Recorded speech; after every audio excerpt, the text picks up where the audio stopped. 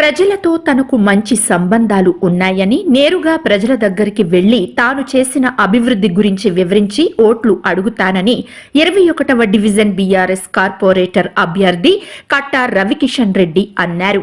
కాంగ్రెస్ నాయకుల్లాగా తాము చంద్రుని తీసుకొచ్చి ఇంట్లో పెడతాం, చుక్కలు కురిపిస్తామంటే నమ్మే పరిస్థితుల్లో ప్రజలు లేరన్నారు. జరిగిన అభివృద్ధి అంతా మాజీ మంత్రి శ్రీనివాస్ గౌడ్ హయాంలోనే జరిగిందని, దీనిపై రాజేందర్ రెడ్డితో చర్చకు తాము సిద్ధమని రవికిషన్ రెడ్డి అన్నారు. తాను గతంలో అధికార పక్షంలోనూ ప్రతిపక్షంలోనూ ఫ్లోర్ లీడర్ గా పనిచేశానని, తనను గెలిపిస్తే ఒక్క నెలలోనే మిగిలిపోయిన పనులన్నింటినీ పూర్తి చేస్తానని హామీ ఇచ్చారు.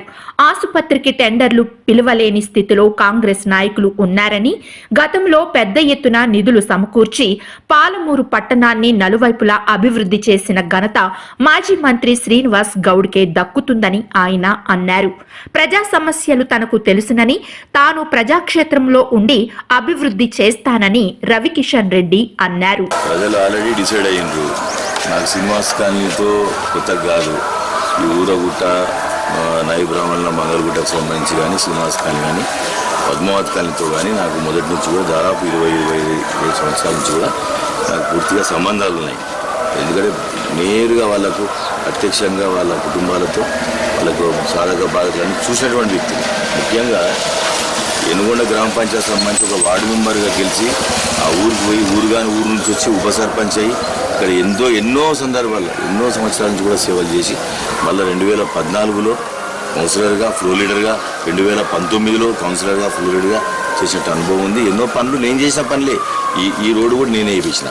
ఈ రోడ్డు కూడా మా మంత్రి శ్రీనివాస్ గౌడ్ గారు వేసారు. ఇక్కడ చేసిన డెవలప్మెంట్ పార్క్ ఉంది, ఓపెన్ జిమ్ ఉంది. ఇక్కడ ఆ పార్కును కాపాడింది మేము. శ్రీనివాస్ కాలనీలో గతంలో ఎస్పీఎస్ హాస్పిటల్ నుంచి మురికి నీళ్ళు వస్తుండే.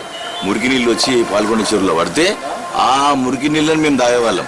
ఇక్కడ ప్రజలు ఊరగుట్ట ప్రజలు మేము ఆరోగ్యాలు ఖరాబ్ అవుతాయని చెప్పేసి హైకోర్టులో రిట్ పిటిషన్ వేసి ఆ ఎస్వీఎస్ యాజమాన్యం వాళ్ళు ఒక ట్రీట్మెంట్ ప్లాంట్ కట్టుకుంటాడు చేసిన నేను. అంటే వీళ్ళ బాధలు తెలిసినటువంటి వాడిని, వీళ్ళ యొక్క సాధక బాధకాలను చూసి దగ్గర నుండి స్పందించినటువంటి వాడిని. ఇప్పుడు ఏదో కొత్తగా వీళ్ళు వచ్చి కాంగ్రెస్ వాళ్ళు బీజేపీ వాళ్ళు వచ్చి ఏదో మేము చేస్తాం, అది చేస్తాం, ఇది చేస్తాం, రేపటికి తెల్లగా చేస్తాం. ఇంకొక అభ్యర్థి బీజేపీ అభ్యర్థి చెప్తున్నాడు 20,000 ఇస్తా, కాన్పుకి 20,000 ఇస్తా, లేకుంటే ఇంకేది పెళ్లికి 20,000 ఇస్తా అని చెప్తున్నాడంట. ఇవన్నీ ఎన్నికల నిబంధనలకు వ్యతిరేకం. అయినా నాకు అవసరం లేదు, వాళ్ళని నేనేమనను, డిస్టర్బ్ చేయను. వాళ్ళు 20,000 కాకుండా 40,000 ఇస్తా అని చెప్పుకొని మేము కూడా నెత్తికి ₹1,00,000 ఇస్తామని చెప్తాం గెలిచినాక. తప్పది, పద్ధతి కాదు అది. ఎందుకంటే ఎన్నికల కమిషన్ ఉంటుంది, నియమ నిబంధనలు ఉంటాయి, దానికి లోబడి మాట్లాడాలి. ఏదైనా మాట్లాడితే మన అధికారంలో ఉన్న వాళ్ళకి నిధులు ఇస్తారు. రేపు గెలిచిన తర్వాత ఎన్ఎం శ్రీనివాస్ రెడ్డి చెప్పాలి, సంజీవ్ ముదిరాజ్ చెప్పాలి, ఓన్లీ కాంగ్రెస్ అభ్యర్థులు గెలిస్తే కాంగ్రెస్ వాళ్ళకు మాత్రమే నిధులు ఇస్తామని చెప్పాలి. వాళ్ళు రేవంత్ రెడ్డి చెప్పాలి. మళ్ళా చెప్తే మేమెందుకు నిలబడతాం? ఇంకా డెమోక్రసీలో అందరం నిలబడాలి, అందరం పనులు చేయాలి, అన్ని పార్టీల వాళ్ళు ఉండాలి. ఇప్పుడు సీఎం రేవంత్ రెడ్డి అంటే అందరికీ సీఎం ఆయన, అవునా కదా? ఎమ్మెల్యే ఎన్ఎం శ్రీనివాస్ రెడ్డి అందరికీ ఎమ్మెల్యే ఆయన. మా మంత్రి గారు చేయలేదా గతంలో? ప్రతి ఒక్క పార్టీ వాళ్ళకు, ప్రతి ఒక్క కుల సంఘాలకు అన్ని వారి ఒక భవనాలు కట్టించి, వ్యక్తిగత భవనాలు ఎంతమందికి ఎన్ని రకాలుగా చేశాం. మహబూబ్ నగర్లో శ్రీనివాస్ గౌడ్ గారు చేసిన అభివృద్ధి తప్ప వేరే అభివృద్ధి కనబడదు. హాస్పిటల్కు 500 కోట్ల చిల్లర టెండర్ విలువలేకపోతారు వీళ్ళు. 2.5 years అయింది వీళ్ళు. అదే శ్రీనివాస్ గౌడ్ గారు ఉంటే ఈ పరిస్థితి ఉంటుండేనా? హాస్పిటల్ బైపాస్ చేసింది ఎవరు? బైపాస్ రోడ్ వేయించింది ఎవరు? పార్కులు డెవలప్ చేసింది ఎవరు? జంక్షన్ డెవలప్మెంట్ చేసింది ఎవరు? కేసీఆర్ ఈకో పార్క్ చేసింది ఎవరు? 4 వైపులా ఇల్లు డబల్ బెడ్రూమ్ ఇల్లు కట్టించింది ఎవరు? ఇవన్నీ చూడండి మీరు. నేనేమంటున్నా అంటే ఇవాళ అధికారంలో ఉన్నాం మేము చేస్తామంటే అధికారంలో ఉండి చేస్తావా? ఏం చేస్తావు నువ్వు అధికారంలో? నేను 2 సార్లు ఫ్లోర్ లీడర్గా పనిచేసిన, ప్రతిపక్షంలో పనిచేసిన, అధికార పక్షంలో పనిచేసిన. అందరినీ సమానంగా చూడాలి. ఆయన అంత పెద్ద మనిషి, ఒక నాయకుడు అని చెప్పుకుంటున్నాడు రాజేంద్ర రెడ్డి గారు. ఇలా ఆయన చెప్తే ఒక న్యాయంగా ధర్మంగా మాట్లాడాలి, నేనే ఉన్నా నేనే చేస్తా అంటే ఇన్ని రోజులు టీఎన్జిఓస్ ప్రజలుగా పనిచేసి ఇదే నేర్పించిండా? ఆయన నేర్చుకున్నాడు. ఆయన రమ్మని ఒక ఓపెన్ డిబేట్లకు రమ్మని చెప్పండి, మాట్లాడదాం. ఇలా ఆయన ఏమేమి చేసిండో మేమేం చేసాం చెప్తాం.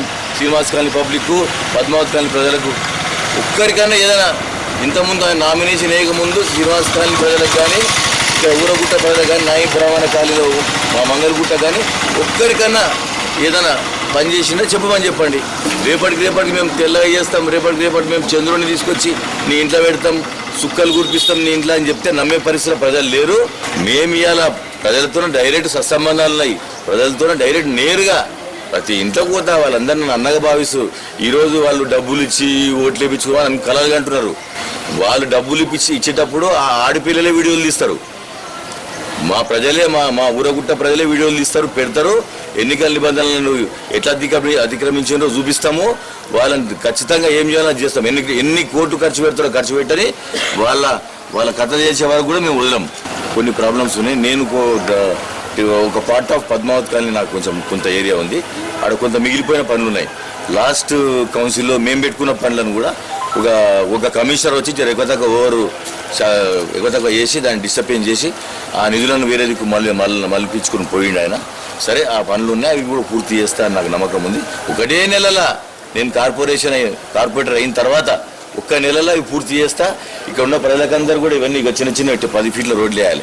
నేను చేసిన ఇంతకుముందు సుబ్రహ్మణ్యం కాలం నాకుండే 7 రోడ్లు వేసిన 10 ఫీట్ల రోడ్లు. మీరు ఒకసారి పోయి చూసుకోండి కావాలంటే. 7 రోడ్లు పైకి అంటే గుట్ట మీదకి. అసలు మీ రోడ్డు అది కాంట్రాక్టర్ భయపడే నేను చేయను పోయి రోడ్లు అని చెప్పిండు. అటువంటివి నేను చేసి పూర్తి చేసి చూపించిన ఇలా ప్రజలకు. అట్లనే శ్రీనివాస్ కాలనీ ఊరగుట్ట ప్రజలకు కూడా ఏ చిన్న పనులు కూడా చేసి పెడితే నాకు నమ్మకం ఉంది. అండర్గ్రౌండ్ డ్రైనేజ్ కావాలి, సైడ్ డ్రైన్స్, అక్కడక్కడ యూజీడీలు అవసరం ఉన్నాయి, కల్వర్ట్స్ అవి ఉన్నాయి, నేను చేపిస్తాను నాకు నమ్మకం ఉంది అని చెప్పేసి మరొకసారి నేను శ్రీనివాస కాలనీ ఊరగుట్ట మా పద్మావతి కాలనీ పార్టీ ప్రజలకు కానీ మా మంగళగుట్ట ప్రజలకు కానీ విజ్ఞప్తి చేస్తున్నా. దయచేసి నాకు ఓట్ ఫర్ స్టార్, నన్ను నమ్మండి. నేను మీ నమ్మకాన్ని వమ్ము చేయను. తప్పకుండా డెఫినెట్గా నేను మిమ్మల్ని విధేయుడే ఉంటా. నేను నాకు ఓటేసి గెలిపించాలని ప్రార్థిస్తున్నాను.